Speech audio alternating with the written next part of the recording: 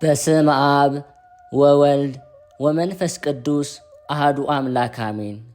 በክርስቶስ ክርስቲያን፣ በወልድ ውሉድ፣ በመንፈስ ቅዱስ መንፈሳውያን የተባላችሁ የእግዚአብሔር ቤተሰቦች፣ የቅድስት ድንግል ማርያም የአስራት ያደራ የጥበቃ ልጆች፣ በወደደን ባፈቀረን በክርስቶስ ፍጹም ሰላምታ ሰላም እላችኋለሁ። የአምላካችን የእግዚአብሔር ስሙ የተመሰገነ ይሆንልን። የእናቱ የእናታችን የቅድስት ድንግል ማርያም ለስሙ አጠራር ክብሩና ምስጋና ይግባት። የቅዱሳን መላእክት፣ ጻድቃን፣ ሰማዕታት እንደየተሰጣቸው ጸጋና ክብር ስማቸው የተመሰገነና የከበረ ይሆንልን። አሜን። በሀገር ውስጥም በሀገር ውጭም ያላችሁ የማኅደር ሚዲያ ተከታታዮች የእግዚአብሔር ሰላምና ክብር ከሁላችሁ ጋር ይሁን። እነሆ በዚህ ቻናል ሁልጊዜ በየዕለቱ መርሃ ግብር ስለምንለቅ ገድል፣ ጸሎት፣ ድርሳንና ስንክሳር የምናቀርብበት ሲሆን ይህንን ገድል፣ ጸሎት፣ ድርሳን በእምነት ብትሰሙ ከዲያብሎስ እስራት የምትፈቱበት ከተለያዩ ርኩሳት መናፍስት የምትጠበቁበት ስለሆነ እስከ መጨረሻው ታደምጡ ዘንድ በቅዱሳን ስም እንጠይቃችኋለን። ለአገልግሎቱም ለመደገፍ ሁልጊዜ ላይክ፣ ሰብስክራይብ እንዲሁም ሐሳብ አስተያየታችሁን በኮሜንት በማስፈር መንፈሳዊ ኃላፊነታችሁን እንድትወጡ እንጠይቃለን። እንኳን ለእናታችን ቅድስት ድንግል ማርያምና ለታቦተ ጽዮን ዓመታዊ የመታሰቢያ በዓል በሰላም አደረሳችሁ። እንዲሁም በዚህች ዕለት ታስበው ለሚውሉ ቅዱሳን ዓመታዊና ወርሃዊ የመታሰቢያ በዓላቸው በሰላም አደረሳችሁ። ከዚህ በመቀጠል የእናታችን የቅድስት ድንግል ማርያምና የታቦተ ጽዮን ታሪክ እናሰማለን። በየዓመቱ ኅዳር 21 ቀን በታቦተ ጽዮን የተፈጸሙ ታላላቅ ተአምራት የሚታሰቡበት ቀን ነው። በዚች ቀን ቅድስት ቤተ ክርስቲያን የታቦተ ጽዮንን ተአምራት እግዚአብሔር ቃል ቅድስት ድንግል ማርያምን ታቦቱ አድርጎ ከፈጸማቸው ታላላቅ የድኅነት ሥራዎች ጋር በማነጻጸር እመቤታችን ቅድስት ድንግል ማርያም በነገረ ድኅነት ውስጥ ያላትን ድርሻ በስፋት ታስተምራለች።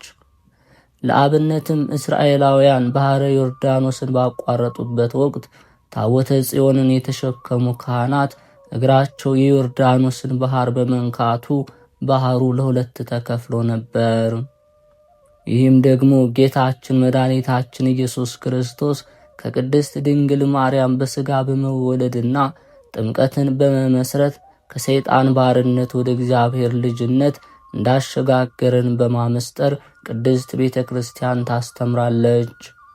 ፍልስጤማውያን ከእስራኤላውያን ጋር ውጊያ በገጠሙበት ወቅት ታቦተ ጽዮንን ከእስራኤላውያን ማርከው ዳጎን በሚባለው ቤተ ጣዖታቸው ውስጥ አኖሯት። በዚያን ጊዜ ታቦቷ የዳጎንን ምስል አንኮታኩታ ጥለው ነበር። ከቅድስት ድንግል ማርያም በተወለደው በጌታችን በኢየሱስ ክርስቶስ አማካኝነት ከአምልኮ ጣዖት ወጥተን አንድ አምላክ ወደ ማምለክ ስለመመለሳችንና በእመቤታችን ምክንያት ስለተደረገልን የእግዚአብሔር ቸርነት ቅድስት ቤተ ክርስቲያን ታስተምራለች። እግዚአብሔር አምላክ ሕዝበ እስራኤልን ከግብፅ ባርነት ካወጣቸው በኋላ የአምልኮ ሥርዓታቸውን ይፈጽሙ ዘንድ የምስክሩን ድንኳን የቃል ኪዳኗን ታቦትና ለአምልኮ ሥርዓቱ ማከናወኛ የሚያገለግሉ ልዩ ልዩ ንዋየ ቅድሳትን እንዲሰሩ አዟቸው ነበር። ከቃል ኪዳኗ ታቦት ውስጥም በእግዚአብሔር ጣት 10 ትእዛዛት የተጻፉባት የሕጉ ጽላት 40 ዓመት ሙሉ እስራኤላውያን በሲና ምድረ በዳ የተመገቡትን መና የያዘች መሶበ ወርቅ፣ አሮን ለክህነት አገልግሎት ስለመመረጡ ምስክር የሆነችው ለምልማና ፍሬ አፍርታ የተገኘችው የአሮን በትር ይገኙባታል። ደብተራ ድንኳንንና በውስጧ የሚገኙ ነዋየ ቅድሳትን እግዚአብሔር በሙሴ ሲያሰራ ለሰማያዊ ምስጢር ምሳሌና ጥላ ናቸው፣ ጠንቅቆም እንዲሰራቸው አዞታል። ቅዱስ ጳውሎስ ይህችን ድንኳን የአገልግሎት ሥርዓታት የሚፈጸምባት ፊተኛይቱ ድንኳን ብሏታል። በዚህም መሰረት ደብተራ ድንኳንና በውስጧ ያሉ ንዋየ ቅድሳት ለሰማያዊ ምስጢር ምሳሌ ጥላ እንደሆኑ ያስረዳል። የደብተራ ድንኳን ምሳሌ የሆነችው ሰማያዊት ስፍራ ቅድስት ቤተ ክርስቲያን በውስጧ አማናዊና ሰማያዊ ምስጢረ መለኮት ይፈጸምባታልና። ቤተ ክርስቲያን የክርስቶስ አካሉ ስለሆነች ዘላለማዊ ሕይወትን የሚያሰጥ ምስጢር በውስጧ ስለሚከናወንባት በእርግጥም ሰማያዊ ስፍራ። ታቦተ ጽዮን በእመቤታችን በቅድስት ድንግል ማርያም ትመሰላለች። ይህንን ለመረዳት ግን ስለ ታቦተ ጽዮን አሰራር መንፈሳዊ ትርጉም አስቀድመን ልንረዳ ይገባናል። እግዚአብሔር አምላክ ታቦተ ጽዮን እንዲሰራ ብልሃትን፣ ጥበብን፣ ማስተዋልን፣ ዕውቀትን ይለይ ዘንድ መንፈሱን ያሳደረበትን ከይሁዳ ወገን የሆነውን ባስልኤልን መረጠ። እርሱም እግዚአብሔር በሰጠው ማስተዋል ከማይነቅዝ እንጨት ርዝመቷ 2 ክንድ ተኩል ወርዷ 1 ክንድ ተኩል ቁመቷ 1 ክንድ ተኩል እንዲኖራት አድርጎ ታቦቷን ሰራት። በመቀጠልም በውስጥም በውጭም በጥሩ ወርቅ ለበጣት። ከታቦቷም ዙሪያ የወርቅ አክሊል አደረገላት። ካህናት ታቦተ ጽዮንን ለመሸከም እንዲረዳቸው በአራቱ ማዕዘናት በወርቅ የተሰሩ ቀለበቶችንና በእነርሱም ውስጥ የሚገቡ 2 መሎጊያዎችን ሰራ። ከጥሩ ወርቅ የስርየት መክደኛው በቃል ኪዳኗ ታቦት ላይ በርዝመቷና በወርዷ ልክ ሰራ። የስርየት መክደኛውን እንዲጋርዱት አድርጎም ጥሩ ከሆነ ከተቀጠቀጠ ወርቅ ኪሩቤልን ስሎ በስርየት መክደኛው ግራና ቀኝ አስቀመጣቸው። እነዚህ በጥሩ ወርቅ የተሰሩት 2ቱ ኪሩቤል ፊታቸው ወደ ስርየት መክደኛ ሆኖ እርስ በርሳቸው እንዲታዩ ተደርገው የተሰሩ ናቸው። በዚህም ስርየት በ2ቱ ኪሩቤል መካከል እግዚአብሔር ለሙሴ እየተገለጠ ሰው ከባልንጀራው ጋር እንደሚነጋገር በግልጽ ያነጋግረው ነበር። ለሕዝቡም በደመና አምድ ይታያቸው ነበር። ይህ ምስጢርም ታዲያ ታቦተ ጽዮን የእመቤታችን የቅድስት ድንግል ማርያም በውስጧ የያዘችው የሕጓ ጽላት የጌታችን ኢየሱስ ክርስቶስ ምሳሌ፣ ታቦቷ ከማይነቅዝ እንጨት መሰራቷ የእመቤታችን ንጽሕና፣ በውጭም በውስጥም በጥሩ ወርቅ መለበጧ ደግሞ ቅድስናዋ በሁለት ወገን ድንግል መሆኗን የሚያስረዳ። ታቦተ ጽዮን በግራና በቀኝ በኩል በተዘጋጁ 4 ከወርቅ የተሰሩ ቀለበቶች ነበሯት። በእነዚያ የወርቅ ቀለበቶች ውስጥም 2 መሎጊያዎች ይገቡባቸው ነበር። ታቦቷን ለማንቀሳቀስ ባስፈለገ ጊዜ 4 ሌዋውያን ካህናት በመሎጊያዎች ይሸከሙታል። ይህ ሥርዓት በሰማያትም የሚታይ ነው። የጌታ መንበር ገጸ ሰብ፣ ገጸ ንስር፣ ገጸ ለሐምና ገጸ አንበሳ ያላቸው 4ቱ እንስሳ ይሸከሙታልና። ለአማናዊቷ ታቦት ለቅድስት ድንግል ማርያምም ሰላምን የሚያወሩ መልካም ምስራችን የሚናገሩ መድኃኒትንም የሚያወሩ ጽዮንም አምላክሽ ነግሷል የሚሉ እግሮቻቸውን በተራሮች ላይ እጅግ ያማሩና የእርሷንና የጌታችን ኢየሱስ ክርስቶስን ስም ተሸክሞ ወንጌልን ለዓለም የሚሰብኩ ኦርቶዶክሳውያን መምህራን። የስርየት መክደኛው መቀመጫው የንጹሐን አንስት፣ መክደኛው የንጹሐን አበው፣ ግራ ቀኙ የሐናና የኢያቄም ምሳሌ። በክንፎቿ የጋረዱት ኪሩቤል ጠባቂው መልአክ ቅዱስ ሚካኤልና የአብሳሪው መልአክ ቅዱስ ገብርኤል ምሳሌ። የስርየት መክደኛው ሥርዓቱ የሚፈጸምበት ስፍራ ቢሆንም ነገር ግን በዚህ ቦታ ምንም አይነት መስዋዕት አይቀርብም ነበር። ይህም በጊዜው አማናዊ መስዋዕት ገና እንዳልተሰዋ። ይህም ስፍራ እግዚአብሔር ለሙሴ የሚገለጥበት ነው። ከእርሱ ውጭ ሌላ ነገር በዚያ ላይ ማረፍ አይችልም ነበር። ከዚህ እንደምንረዳው አንድ ምስጢር አለ። ይኸውም እግዚአብሔር አምላክ ለአዳም የገባው ቃል ኪዳን ሊፈጸም ሰው በሆነ ጊዜ ራሱን መስዋዕት አድርጎ የሚያቀርብበት ልዩ ስፍራ እንዳዘጋጀ፣ ይህም ስፍራ አማናዊ መስዋዕት የሚቀርብበት ቦታ እንደሚያስፈልግ የሚያስገነዝብ፣ ይህንንም ለማመልከት ለኃጢአት ስርየት የቀረበው መስዋዕት ከታረደ በኋላ ካህኑ ደሙን በጣቱ እየነከረ 7 ጊዜ በስርየት መክደኛውን አንጻር በመገናኛ ድንኳን ውስጥ ይረጨው ነበር። ነገር ግን ይህም ደግሞ ከሥርዓት መክደኛው ላይ አያርፍም ነበር። ምክንያቱም በዚህ ስፍራ መቅረብ የሚገባው አማናዊ መስዋዕት የጌታችን ኢየሱስ ክርስቶስ ቅዱስ ሥጋውና ክቡር ደሙ ነውና።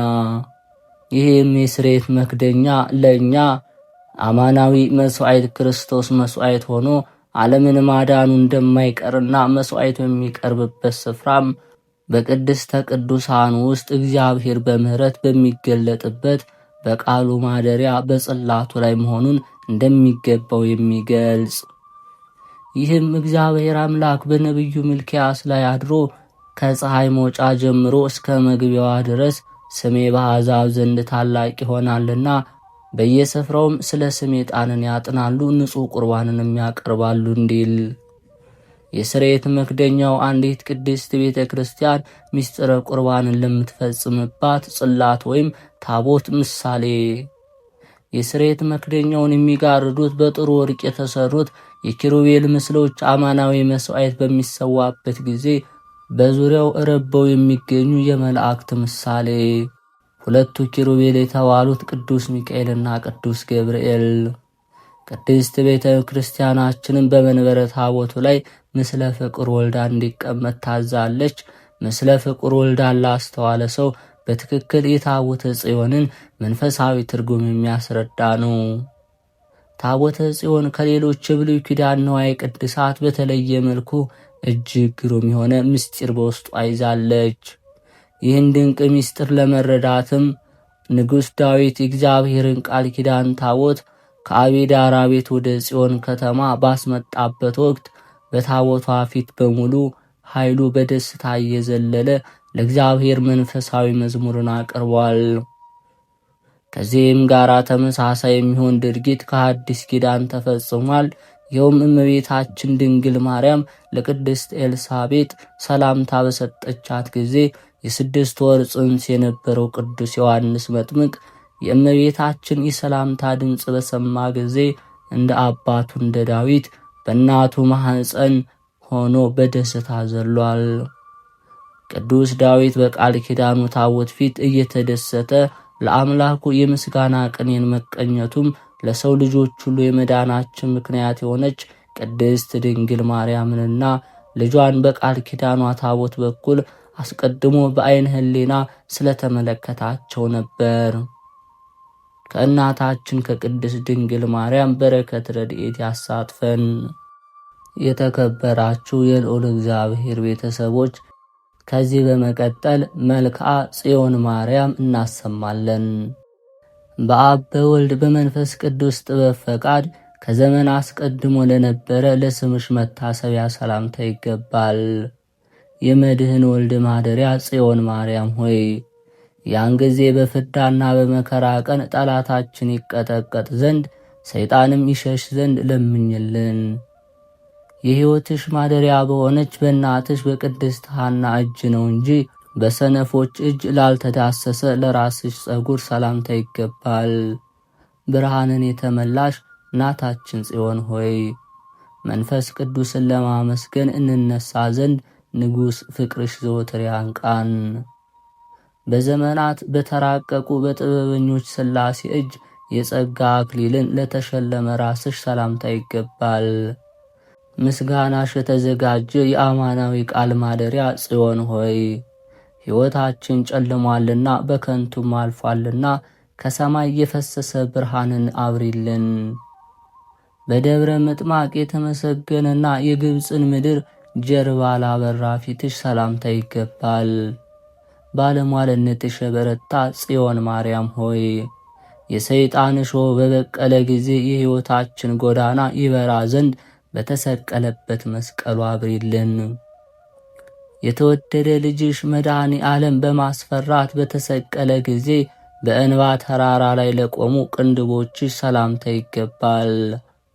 ቅድስት ጽዮን ማርያም ሆይ በምስጋና የሚያረጋጋሽ ዮሐንስ ጋራ በመከራ ለቅሶ እንዳለቀስሽ ጠላት ይደንግጥ፣ ሰይጣን የሚሽሽ። የሚያስፈራ ምላሳቸው በብርሃን ምሰሶ ላይ በተተከለ ጊዜ የንጋት ኮከብ ለሚመስሉ ዓይኖችሽ ሰላምታ ይገባል። ድንግል ጽዮን ማርያም ሆይ የቃል ኪዳንሽ ኃይል በትንሽ ውሃ ደስታን አገኝ ዘንድ እንደ በላዔ ሰብ በሰረገላ ወደ ኤዶም ያስገባኝ። የኢሳይያስ ቃል የተዋሃዳቸውና በጎ ነገርን በመስማት ለተጠመዱ ጆሮች ሰላምታ ይገባል። የአባቶቻችን ዘመን ያስተዋልሽ የይቅርታ ማደሪያ ማርያም ሆይ በኢየሩሳሌም አደባባይ የተሸለምሽ ጽዮን ድንግል ሆይ አንቺ ትንሽና የይሁዳ ሙሽራ ስትሆኚ ወልድ ቀይ ልብስን በለበሰ ጊዜ ዓለም ጠበበኝ። በባዕድ ሀገር ደብረ ቁስቋምና በተቀደሰች ደብረ ሲና በሐዘን እሳት ለነደዱ ጉንጮችሽ ሰላምታ ይገባል። ቅድስት ጽዮን ማርያም ሆይ ከመልከ መልካም ሰሎሜ ጋራ ሕፃን ልጅሽን በማቀፍ እንደ ተሰደድሽ እንዲሁ ዲያብሎስ ይሰደድ። የዓለም ቤዛ መድኃኔ ዓለም ነፍስሽን በወሰደ ጊዜ የገነት አበባ ላሸተቱ አፍንጫዎችሽ ሰላምታ ይገባል። እናታችን ጽዮን ማርያም ሆይ በጌቴሴማኒ በጋዛ ነፍሴ ባረፈች ጊዜ ይህንን ሐዘኗን ሕፃን ልጅሽ ይቀበል ዘንድ አማልጅኝ። ፍሬን የተሸከሙ በኢየሩሳሌምና በቅድስት ምድረ ገሊላ ፈጣሪን ለሳሙ ከንፈሮችሽ ሰላምታ ይገባል። በጣና በረሃ ያደረሽ እናታችን ጽዮን ማርያም ሆይ የጣናን ምስጋና እንደባረክሽ እንደ ከበረ እብነ በረድ ኢትዮጵያን ባርኪልን። መሶብን በሚሸከም በመልአኩ ሩፋኤል እጅ የሰማይ እንጀራን ለተመገበ አፍሽ ሰላምታ ይገባል። ርግብን የምትመሲ ድንግል ጽዮን ሆይ ብዙ ወገኖችን እንዳዳንሽ ከሚያጠምድ የሰይጣን ወጥመድ እናቴ እመቤቴ ሆይ አድኝኝ። በወልድ የተባረከች እንደ ገነት ወተትና እንደ በረድ ለነጡ ጥርሶችሽ ሰላምታ ይገባል። እናታችን ጽዮን ማርያም ሆይ በምድረ ከብድ ያመሰገነሽና ሰረገላው የሚያስፈራ አባታችን ገብረ መንፈስ ቅዱስ ለኢትዮጵያ እንደጸለየ አንቺም እንደርሱ ለምኝ። አዳይ ሥላሴን በማመስገን ድምፅ በተሰማ ጊዜ ሰይጣንን ለሚያስደነግጥ አንደበትሽ ሰላምታ ይገባል። እናታችን ጽዮን ማርያም ሆይ በጎልጎታ መጠጊያ ወልድ ብዙ ቃል ኪዳን ሰጥቶሻልና በሚጠብቅ ጸሎትሽ ቤዛ ሁኚኝ። ለእግዚአብሔር በመስገድ ድምፅን እያሰማ ማዕበሉን ጸጥ ለሚያደርግ ቃልሽ ሰላምታ ይገባል። በቤተ መቅደስ ያማርሽ እናታችን ጽዮን ማርያም ሆይ የተገለጠ ኃጢአቴን እንደዚሁ አቃጥልኝ፣ የጸጋ ማዕድንም አቅርብልኝ። በመንፈስ ቅዱስ ኃይል ብርሃንን ለለበሰ ደዌ የጸናባቸውንና በሕማም የተያዙትን ለሚፈውስ እስትንፋስሽ ሰላምታ ይገባል። ሞት ገዥን ያሸነፍሽ ጽዮን ማርያም ሆይ በአብርሃም እቅፍ በጸጥታ አቀመጥ ዘንድ ከተናቀ ዕዳና ከሞት ፍዳ ሰውሪኝ።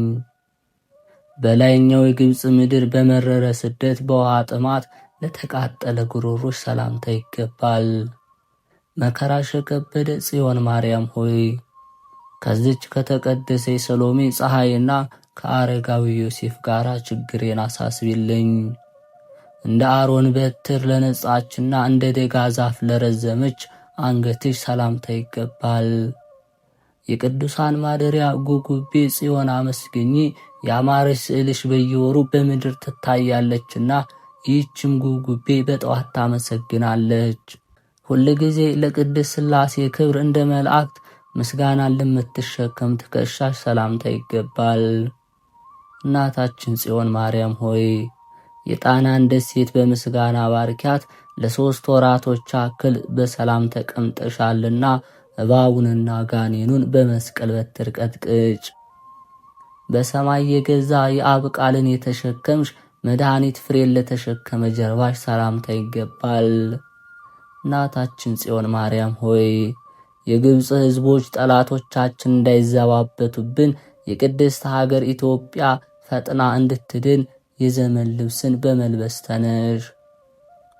በግብፅ ምድር ማረፊያ ፈጽሞ እስኪደክም ድረስ ሕፃን ልጅሽን ላቀፈ ደረትሽ ሰላምታ ይገባል።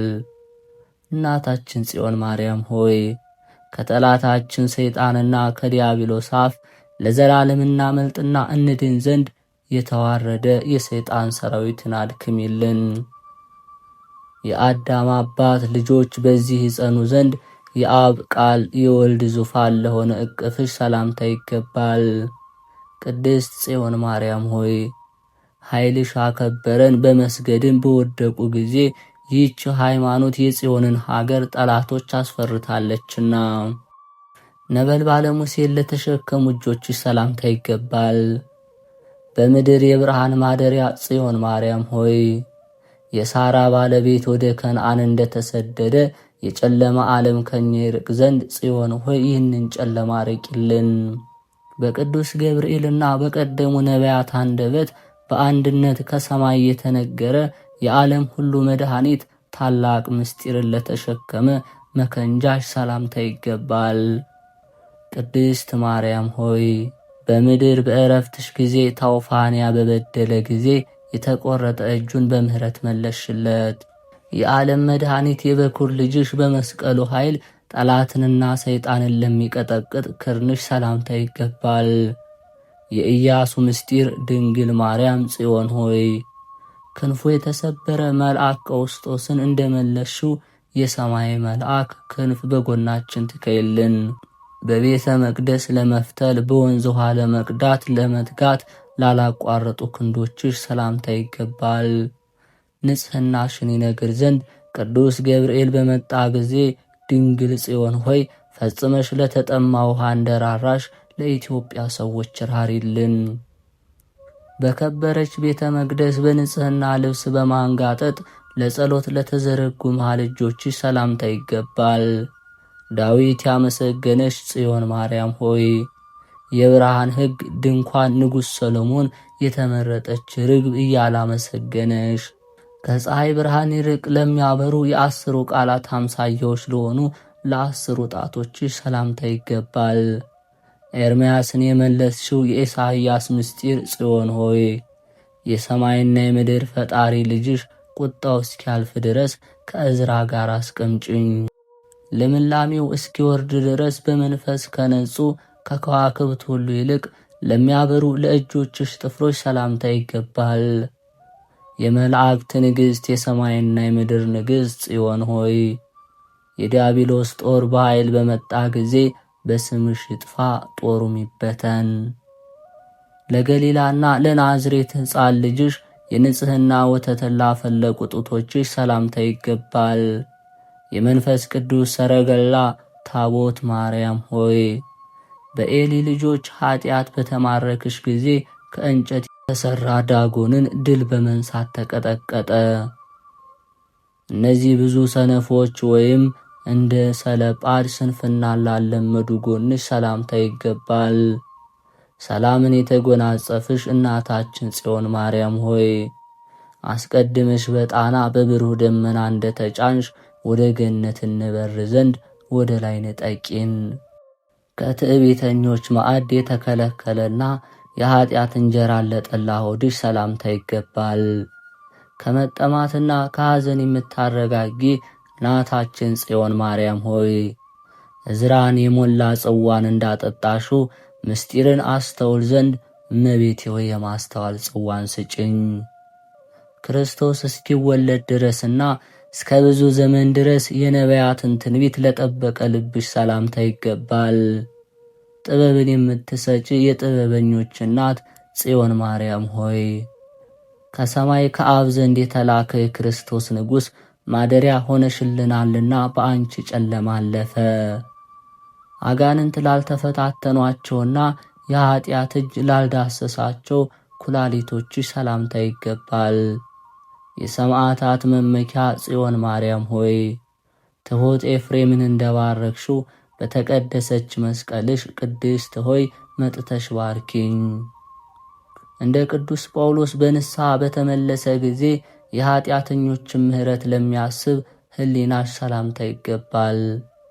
እናታችን ጽዮን ማርያም ሆይ ከገዳይ ሰይጣን በጸጋሽ ታድኝን ዘንድ ቃል ኪዳንሽ ብቻ ቻይ ነውና ወደ ልጅሽ ለምኝልን። የፍጥረትን ሁሉ ምግብ ላዘጋጀና ርኅራኄን ለሰበሰበ አንጀትሽ ሰላምታ ይገባል። ጥበብን የተጎናጸፍሽ ጽዮን ማርያም ሆይ ጊዮርጊስን የተወደደ ጸሎቱን እንደሰማሹ በከፋ የረሃብ ዘመን እነሆ ጸሎቴን ስሚልኝ። እንደ መብረቅ ለሚያበራና እንደ ወርቅ ንጹሕ ለሆነ ሆድ ዕቃሽ ሰላምታ ይገባል። በእውነት የድሃ ምግብ ጽዮን ማርያም ሆይ በከፋ ዘመን በሕይወት የቆመዋልና በመስቀል በትር ጠላቶችን ቀጥቅጫቸው፣ በጥቂትም ዝም አትበይ። 10ሩ ቃላት በውስጣቸው ታትመዋልና በሰይጣን ፈተና ላልደከሙ ሆድ ዕቃዎችሽ ሰላምታ ይገባል። ክብርንና ግርማን የለበስሽ የአብ ቃል ማደሪያ ጽዮን ሆይ ሙሴ በሲና ከሰማይ በተቀበለሽ ጊዜ እስከ ጠላት ሐማ ድረስ መንገዱን አቀናሽ፣ እንደ ከበረ ወርቅም ርስቱን አወረስሽ። የሰማይ ልብስን ተሸልሞ እጅግ ለከበረ በሆድ መካከል ላለን ብርትሽ ሰላምታ ይገባል። በክህደት የተማረከውን በኃይል ነፃ የምታወጪ እናታችን ጽዮን ሆይ ፍቅርሽ ባሰብን ጊዜ የኃጢአት ምርኮኞች ወደ ሃይማኖት መልሽለት፣ የሚላክ መልአክንም ወደ እርሱ ላኪለት። የተቀደሰ የአብ ቃል በውስጡ አድሯልና የመንፈስ ቅዱስ ኃይልን ለለበሰ ማኅፀንሽ ሰላምታ ይገባል። ስምሽ ባለሟል የሆነ እናታችን ጽዮን ማርያም ሆይ ከካልአ ፍጥረት ጋር ትውልድ ሁሉ ያመሰግኑሻል፣ ወርቅ ስምሽ የተቀደሰ ሆኗልና። የአብ ቃል ወልድ በእርሱ ተወስኗልና የምድር ሰማይ ለሆነ ማኅፀንሽ ሰላምታ ይገባል። ለያዕቆብ ውበት ባለሟል የሆንሽ ማርያም ጽዮን ሆይ በብዙ ጦርነት ከሰይጣን ጋር ተፋልሜያለሁና ከዘመኑ መከራና ሲቃይ ሰውሪኝ። እንደ ዕብራውያን የሥጋ ፈቃድ የቀኖና ሕግ በሐሳብ ላልተለወጠ ድንግልናሽ ሰላምታ ይገባል። ነቢዩ ሙሴ በሲና ተራራ ያየሽ የዕፀ ጳጦስ ምሳሌ አማናዊት ጽዮን ድንግል ማርያም ሆይ የደመና ቀስት ስለ አባትሽ ኢያቄምና ስለ እናትሽ ቅድስት ሐና ብለሽ ድንግል ሆይ ማኅበራችን በንጽሕና ባርኪልን። የጽሞናን ሥርዓት ነገር ለቅዱሳን ያሳይ ዘንድ ምናኔን ለጠበቀ ወገብሽ ሰላምታ ይገባል። እናቴ ጽዮን ሆይ በሚያድን ቃልሽ በሕይወትህ የምጠብቅህ እናትህ እያለሁልህ በጠላት አትሸነፍም፣ መከራም የለም በይኝ። በጽናቱ ለማይሸነፍና በከንቱ ለማይሰበር ወገብሽ ሰላምታ ይገባል። የዓለም ሐሳብ የሌለብሽ ጽዮን ማርያም ሆይ ቅዱስ ሙሴ በትከሻው እንደተሸከመሽ ሰው ሁሉ ታቦትን ይሸከማል። ዓለም ከመፈጠሩ አስቀድሞ በሥላሴ ልብ የተለዩ የክርስቶስን ዙፋን ለሆኑ ጭኖችሽ ሰላምታ ይገባል። የአብርሃምና የሳራ ሐረግ እናቴ ጽዮን ማርያም ሆይ ጲጢፋራ ዮሴፍን እንደከሰሰችው መከራ እንዳይከሰኝ ቤቴን እጠሪልኝ። በመከራ ዘመንና በመራር ስደት ጊዜ በጾም ለከሱ ጭኖችሽ ሰላምታ ይገባል። ፍልስጤምን ያሸነፍሽ ማርያም ጽዮን ሆይ የፍልስጤማውያን ዛፎች ርኩሰታቸው የዳጎንን ዘመን ጠላታችንንም ልክ እንደዚሁ በትኙ። ችንካሮች አወካቸውና ድካም ያንቀጠቀጣቸው በስደት ለደከሙ ጉልበቶችሽ ሰላምታ ይገባል። እናታችን ጽዮን ሆይ የከበደ የግብፅ መከራዎችን አትርሺ። የድንግል ወዳጅ ዮሐንስ እንዳለቀሰ በልባችን ጉልበት መራድ እኛ እናለቅሳለንና ለአብ ለወልድ ለመንፈስ ቅዱስ በቤተ መቅደስ ለሰገዱ ጉልበቶችሽ ሰላምታ ይገባል። እናታችን ጽዮን ማርያም ሆይ በጸጋሽ ማዕድ በምሰሶች እንጠጋ ዘንድ በረከትሽ ወደ እኛ ትቅረብ። ሁላችንም በሚያስደስት ፍቅርሽ እንጽና።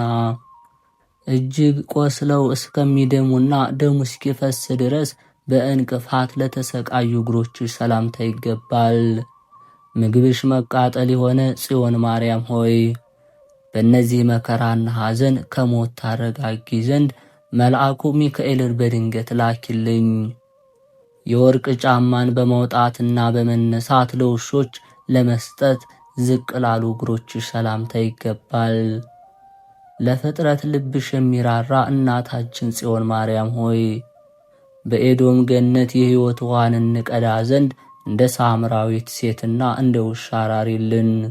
ከክፉ አጋንንት ጋር ብዙ አሜኬላና ሾሆች ላሰቃዩት ተረከዝሽ ሰላምታ ይገባል።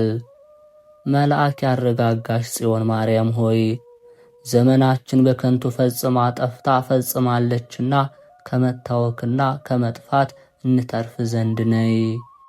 ከብዙ መከራ ጋር በከፋች ግብጽ ጉዞ ጊዜ በመከራ ለተጓዘ መረገጫሽ ሰላምታ ይገባል። ወዝን ያንጠፈጠፍሽ ጽዮን ማርያም ሆይ ወገኖችሽ እስራኤልን እንዳዳንሽ ከክፉ ሲቃይና መከራ ድኝኝ። በወርቅ በብር የተለበጡና በውበት ለተንቦገቦጉ ለ10 የእግር ጣቶችሽ ሰላምታ ይገባል። የአቤል የዋህነት እናታችን ጽዮን ማርያም ሆይ የበኩር መለኮት እሳት ያላቃጠለሽ የሙሴ እንጨት ነሽና ከጭንቅና ከመከራ ድኝኝ። በአይነ ሥጋ ለበሩና ከበረድ ይልቅ ለነጡ የእግር ጥፍሮችሽ ሰላምታ ይገባል። ከፍጥረት ሁሉ ተለይተሽ የከበርሽ እናታችን ጽዮን ማርያም ሆይ ኤልሳቤጥ ጸንሳ በአደባባይ እጅ እንደነሳችሽ እጅ ነሳሻለሁና በፍቅርሽ አጥግቢኝ። በእግዚአብሔር የምስጋና ቤት መቆምን በቆምሽ ጊዜ ግርማው በሚያስፈራ ቁመትሽ ሰላምታ ይገባል። የያዕቆብ ወገን ክብርት ማርያም ጽዮን ሆይ እንደ ቀደመው ታናሽነቱ ወዴት ትሄዳለህ ብዬ ስወጣ ያን ጊዜ ጎልጎታ ቆይኝ። ዲያብሎስ እስኪደነግጥና ሰይጣን እስኪፈራ ድረስ በሥላሴ ግርማ ለተዋበ ቁመትሽ ሰላምታ ይገባል። እናታችን ጽዮን ማርያም ሆይ ድምፅሽ እንደ ነጎድጓድ በተሰማ ጊዜ ዲያብሎስ ፈራ፣ ሰይጣንም ሸሸ። እነሆ ልባችን በመንፈስ ቅዱስ ተደሰተ። እንደ ብልጭታ ለሚያንጸባርቅና እንደ መብረቅ ለሚያበራ መልክሽ ሰላምታ ይገባል። እናታችን ጽዮን ማርያም ሆይ ቃል ኪዳኔ ያልቅምና በበረከት እስክመጣ እንደ ሰነፍ ተስፋ በመቁረጥ አትቀመጥ፣ ወደ ሰማይ ተመልከት ወርቅ አለህና በይኝ። በሰማይ እንደምትበር ነጭ ርግብ ከፀሐይ ለሚበልጥ መልክሽ ሰላምታ ይገባል። የዕለት ዕለት ምግቤ ልብሴ እናቴ ጽዮን ማርያም ሆይ አሳዳጅ እንደነበረ እንደ ጳውሎስ በድሎ እንደነበረ እንደ ጴጥሮስ ወደ ንስሐ ዕድሜ እንድመለስ ንገሪኝ። በፈጣሪ አምላክ በተመረጠች በቅድስት ኢየሩሳሌም ብርሃንን ለተመላ ለነፍስሽ መውጣት ሰላምታ ይገባል። ጸጋሽ ሰይጣንን የሚያንቀጠቅጥ እናቴ ጽዮን ማርያም ሆይ በመንግስቱ እንደከበሩ እንደ ሰለሞን እንደ ያዕቆብ በክብርሽ ከፍ ከፍ አድርጊኝ። በብዙ መላእክትና በመልአኩ በቅዱስ ሚካኤል እጅ በገነት መዓዛ ለተመሰጠች ለነፍስሽ መውጣት ሰላምታ ይገባል። ሞትሽ አበራች ጽዮን ማርያም ሆይ እስከ መቃብሯ ድረስ የተጓዘች የሥጋሽ ሞት ታስደንቃለች፣ በሦስተኛው ቀን ሞትን አሸንፋለችና። በጾምና በሱባኤ በትምህርት እስኪደክሙ ድረስ ሐዋርያት ለከበቡት ለሥጋሽ በድን ሰላምታ ይገባል። የሰማዕታትና የሐዋርያት እናት የመላእክት እህት ጽዮን ሆይ ከምታስፈራ መከራ ከመቅሰፍት አድኝኝ። የበደለች ታውፋንያ እጅ የሥጋሽን በድን በነካች ጊዜ ያን ጊዜ በድንገት በሰይፍ ተሰይፋለችና ለዘላለም ወደ ገነት ሥጋሽን እስኪወስዳት እግዚአብሔር ላከበራት ለሥጋሽ ሰላምታ ይገባል። መድኃኔ ዓለም ያስቀመጣት ስለ ከበረች ሥጋሽ ክብር ጽዮን ማርያም ሆይ ንገሪኝ። እነሆ ጠፍቷልና የሚያውቃትም ጠፍቷልና። ቶማስም እንዲህ ብቻውን አደነቃት። የከበረች ሥጋሽን እጅ እየነሱ ሐዋርያት ለገነዟት ለሥጋሽ መገነዝ ሰላምታ ይገባል። እናታችን ጽዮን ማርያም ሆይ ደናግል የማይጠግቧት ይህች የተቀደሰች ሰበንሽን ሐዋርያት እንደተካፈሏት እነሆ እከብር ዘንድ አድይኝ ስጭኝ። አንቺ ከመላእክት በላይ ስትሆኚ እንደ ብዙ ሰዎች በመክፈኛ ለተያዘች ለሥጋሽ መገነዝ ሰላምታ ይገባል። ከብዙ ሊቃናትና ጳጳሳት ኤጲስቆጶሳት ሁሉ በላይ ስትሆኚ ነቢዩ ኢሳይያስ ድንግል በድንግልና ትወልዳለች ብሎ የተናገረልሽ እናታችን ጽዮን ማርያም ሆይ ለነፍሳት ሞተሻልና ጽዮን ሆይ ለክብርሽ ሞት አይገባም።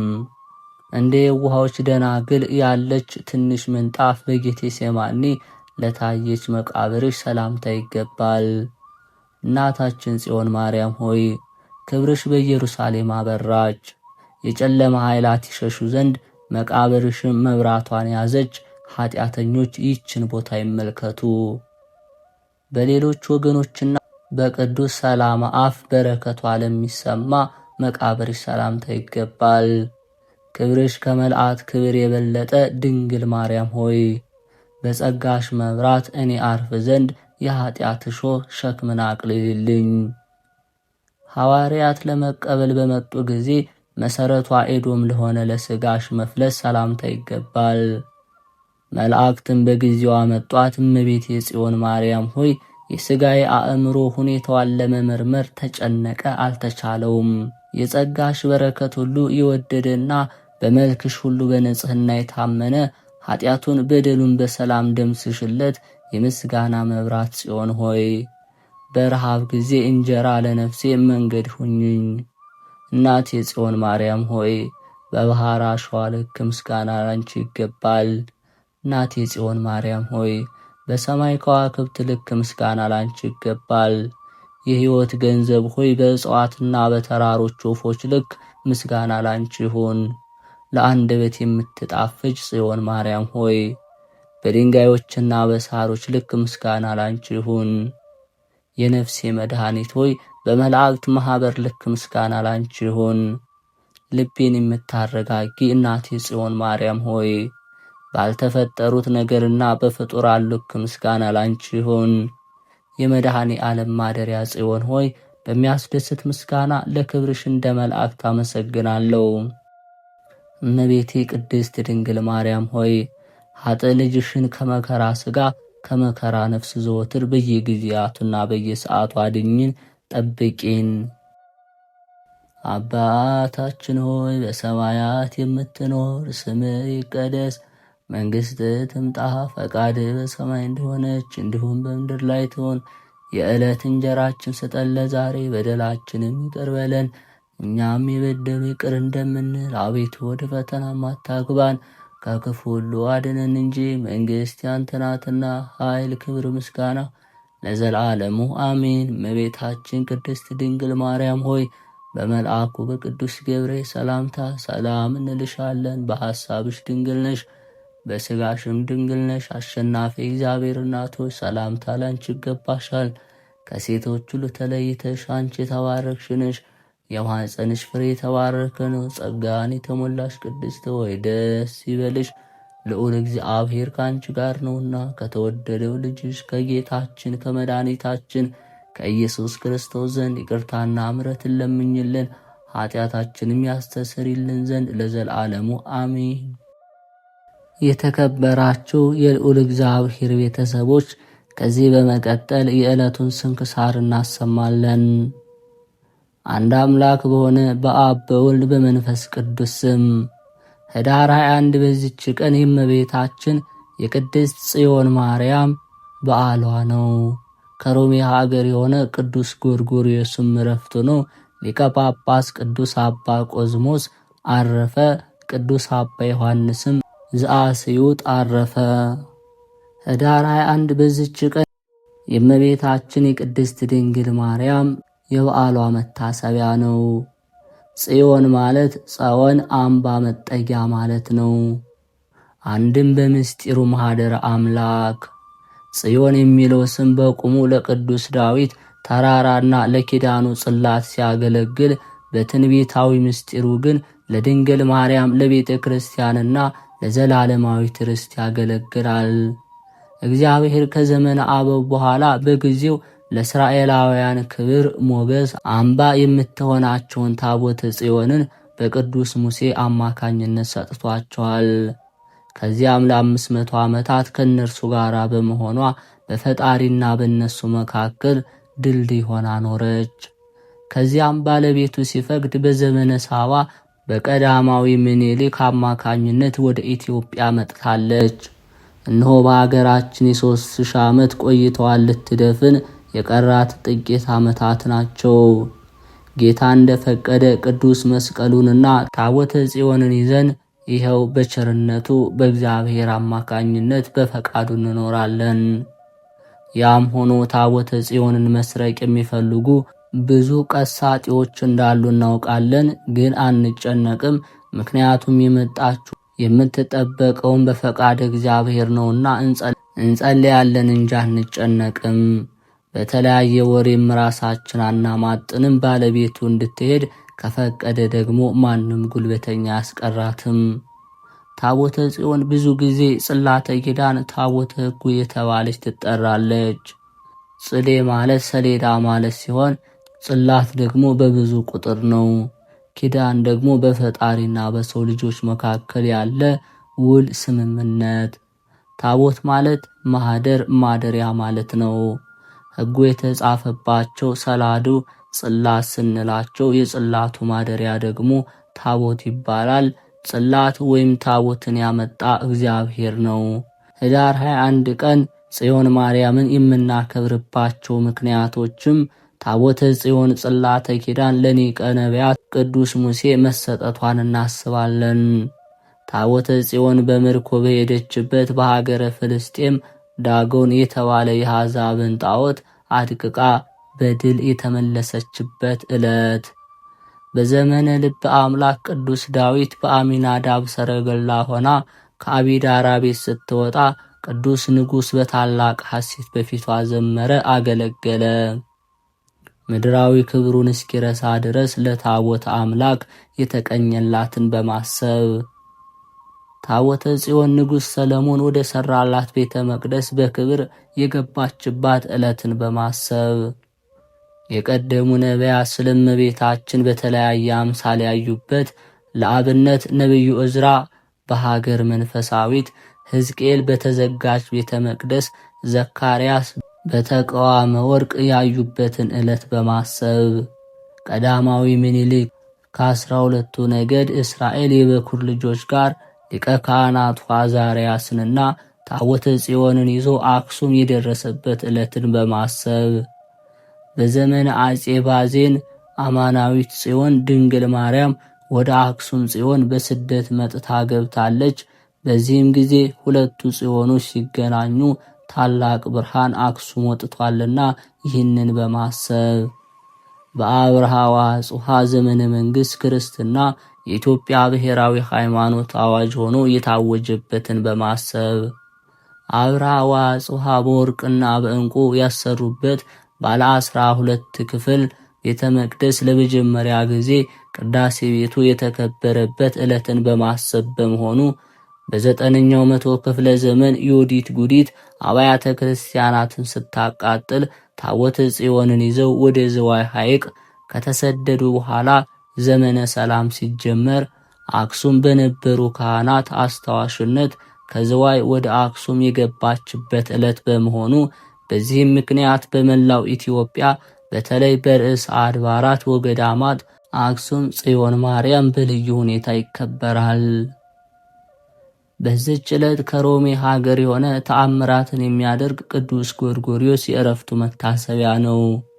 ይህም ቅዱስ ከታናሽነቱ ጀምሮ የቤተ ክርስቲያንን ትምህርት የቀናች ሃይማኖትን ተምሮ እውነተኛ ክርስቲያን ሆነ።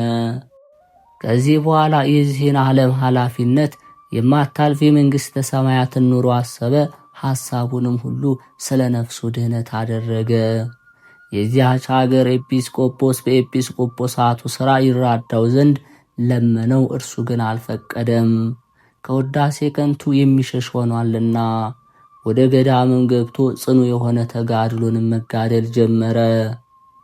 የዚያችም ሀገር ኤጲስቆጶስ ባረፈ ጊዜ ኤጲስቆጶሱ የሚያደርጉትን ፈልገው አጡ። ስለዚህም ተሰብስበው ሳሉ የመለኮትን ነገር የሚናገር ጎርጎርዮስ ከእርሳቸው ጋር ገዳማዊ ጎርጎርዮስን ፈልጋችሁ በእናንተ ላይ ሹሙት የሚል ቃል ከሰማይ ወደ እርሱ መጣ። በበረሃም ውስጥ በፈለጉት ጊዜ አላገኙትም። እየፈለጉትም ብዙ ቀን ኖሩ። እርሱ ግን በአቅራቢያቸው ይኖር ነበር። ባላገኙትም ጊዜ በአንድ ምክር ተስማምተው በሌለበት ወንጌል ይዘው በላያቸው ኤጲስቆጶስነት ሾሙት። ስሙንም የመለኮት ነገር በሚናገር በጎርጎርዮስ ስም ጎርጎርዮስ ብለው ሰየሙት። ከዚህ በኋላ የእግዚአብሔር መልአክ ለቅዱስ ጎርጎርዮስ ተገልጦ ተነስተ ወደ እነርሱ ሂድ፣ እነሆ በላያቸው ኤጲስቆጶስነት ሾመውሃልና ይህም ከእግዚአብሔር የሆነ ነው አለው። ያን ጊዜ ወደ እነርሱ ወረደ። የአምላክን ትእዛዝ መተላለፍ ፈርቷልና ባዩትም ጊዜ ወጥተው በታላቅ ክብር ተቀበሉት። የሹመቱንም ሥርዓት ፈጸሙ። እግዚአብሔር ቁጥር የሌላቸው ብዙዎች ተአምራትን በእጆቹ ገለጠ። ስለዚህም ገባሪ መንክራት ጎርጎርዮስ ተብሎ ተጠራ። ከብዙዎች ተአምራት አንዱ ሁለት ወንድማማቾች ነበሩ። ከእርሷም ብዙ ዓሣዎችን የሚያጠምዱባት ታናሽ ባህር ነበረቻቸው። አንዱም አንዱ የኔ ናት በማለት እርስ በርሳቸው ተጣሉ። ስለዚህችም ባህር በመካከላቸው ይፈርድ ዘንድ ወደ ቅዱስ ጎርጎርዮስ ለመሄድ ተስማሙ። እርሱም ከሁለት ተካፈሉ ብሎ አዘዛቸው። እንዳዘዛቸውም ባልተስማሙ ጊዜ ስለዚያች ባህር እግዚአብሔርን ለመነው። በዚያን ጊዜ ባህሪቱ ደርቃ የምትታረስ ምድር ሆነች። በመካከላቸው ሰላም ሆነ። በእጆቹ ስለሚደረጉ ድንቅ ተአምራት ዜናው በዓለም ሁሉ ተሰማ። በጎ አገልግሎትንም ከፈጸመ በኋላ በሰላም አረፈ። በዚች ቀን የእስክንድርያው ሊቀ ጳጳስ ቅዱስ አባ ቆዝሞስ አረፈ። እርሱም ለአባቶች ሊቃነ ጳጳሳት 54ኛ ነው። ይህም አባት ብዙ መከራ ሐዘን ደረሰበት። በዘመኑም በክርስቲያን ወገኖች ላይ መከራና ችግር ደረሰባቸው። በእነዚያ ወራት የክርስቲያን ወገኖችና አይሁዳውያን ልብሳቸውን በሰማያዊ ቀለም እንዲያቀለሙት እንጂ ነጭ ልብስ እንዳይለብሱ የእስላሞች ንጉሥ ጋእፊር አዞ ነበርና። በዚህም አባት ዘመን ድንቆች ሆኑ ብዙዎች ተአምራት ተገለጡ። በአዝቄጥስ ገዳም በቅዱስ ሳዊሮስ ቤተ ክርስቲያን ውስጥ የእመቤታችን የድንግል ማርያም ስዕል ነበረች። ጎኗም ተገልጦ ከእርሷ ብዙ ደም ፈሰሰ። በግብፅ ሀገር ካሉ ከሌሎች ስዕሎቻቸው ከዓይኖቻቸው ብዙ እንባ ፈሰሰ። ይህም የሆነው በሊቀ ጳጳሱ በክርስቲያን ወገኖች ላይ ስለደረሰው መከራ እንደሆነ በመራቀቅ የሚያስተውሉ አወቁ። ከዚህ በኋላ ስለ እነዚያ የክፉ ወራቶች ፈንታ በጎ የሆኑ ወራቶችን እግዚአብሔር ሰጠው። ሁልጊዜ ምእመናንን የሚያስተምራቸውና የሚያጽናናቸው በቀናች ሃይማኖትም የሚያበረታታቸው ሆነ። በወንጌላዊ ማርቆስ ወንበርም 7 ዓመት ከ5 ወር ኖረ። ከዚህ በኋላ በ575 ዓመተ ሰማዕታት ኅዳር 21 ቀን አረፈ። ይንሶር በሚባል ዋሻም ተቀበረ። ዳግመኛም በዚች ቀን የብርሌ የብርጭቆ ሰሪዎች ልጅ የሆነ ከአስዮጥ ሀገር ቅዱስ አባ ዮሐንስ አረፈ። ይህንንም ቅዱስ በወለዱት ጊዜ በበጎ ተግሣጽ አሳድገውታል። የጥርብ ሥራንም አስተማሩት። ከጥቂት ዘመናት በኋላ አባትና እናቱ አረፉ። ያን ጊዜ ቅዱስ አባ ኢስድሮስ ወደ አባ ባይሞን ይሄድ ዘንድ መነኮሰ። በጾምና በጸሎት በገድል ተጸምዶ ተጋደለ። ዜናውም በራቁ ገዳማት ሁሉ ተሰማ። ከዚህ በኋላ ከእግዚአብሔር የታዘዘ መልአክ ተገለጠለት። ወደ ሀገሩም ሄዶ ወገኖቹን የጽድቅ ጎዳና ይመራቸው ዘንድ አዘዘው። ቅዱስ ቁርባንንም ሳይቀበል ከበዓቱ የማይወጣ ሆነ። በአንዲት ዕለት 2 ቅዱሳን አረጋውያን አባ አብዚልና አባ ብሶይ ወደ እርሱ መጡ። ገና ወደ እሱ ሳይቀርቡ ከሩቅ ሳሉ ሰማቸው። በመጥራት ሳያውቃቸው አባቶቼ ለመምጣታችሁ ሰላምታ ይገባል ብሎ ተናገረን። እጅግም አደነቁት። አባ ሲኖዳም ከግብፅ ሀገር እየመጣ ብዙ ጊዜ ጎበኘው ነበር። የከዳተኞች ጠብ በግብፅ ሀገር ላይ በተነሳ ጊዜ ንጉሥ ቴዎዶሲዮስ የላከው የጦር መኮንን ወደ ቅዱስ ዮሐንስ መጣ። በጸሎቱም ይራዳው ዘንድ ለመነው። ቅዱስ ዮሐንስም መስቀሉን አንስቶ መኮንኑን አይዞህ አትዘን፣ አንተ ጠላቶችህን ድል ታደርጋለህና አለው። እንደ ቃሉም ሆነ። ዳግመኛም በንጉሥ ቴዎዶሲዮስ ላይ ጠላት በተነሳበት ጊዜ ወደ ቅዱስ ዮሐንስ ላከ። እርሱም አትዘን፣ አንተ ጠላትን ታሸንፋለህ አለው። ያን ጊዜ ጠላቶቹን አሸነፈ። ከዚህ በኋላ በእነዚያ ወራት ንጉሥ ቴዎዶሲዮስ የርኩሰትን ሥራ ስለሰሩ የአስዮጥ ሰዎች እንዲገድሏቸው ሀገራቸውንም እንዲያጠፉ አዘዘ። ንጉሡም የላከው መኮንን ሳይደርስ የእግዚአብሔር መልአክ ይህንን ነገር ለአባ ዮሐንስ አሳወቀው። የሀገር ሰዎች የንጉሡን ትእዛዝ በሰሙ ጊዜ ወደ አባ ዮሐንስ ገዳም መጡ። ስለ መጥፋታቸው በፊቱ አለቀሱ። አባ ዮሐንስም አትጨነቁ፣ አይዟችሁ እግዚአብሔር ያድናችኋልና አላቸው። መኮንኑም በመጣ ጊዜ ከእርሱ በረከትን ይቀበል ዘንድ ወደ አባ ዮሐንስ ደረሰ። አባ ዮሐንስም ንጉሡ ያዘዘውን ሁሉ ነገረው። መኮንኑም ሰምቶ ደነገጠ፣ ለቅድስናውም ተገዥ ሆነ። ለመኮንኑም እርኩስ መንፈስ ያደረበት የ12 ዓመት ልጅ ነበረው። ያድንለት ዘንድ ቅዱስ ዮሐንስን ለመነው። በዚያን ጊዜ ዘይትን ቀብቶ አዳነው። ከዚህ በኋላ የአስዩጥ ሰዎች መገደላቸውን እንዲተዉ ወደ ንጉሥ ይጽፍለት ዘንድ መኮንኑ አባ ዮሐንስ ለመነው። መኮንኑም ጽፎ ለአባ ዮሐንስ ሰጠው። አባ ዮሐንስም ተቀብሎ ወደ ዋሻው ገባ።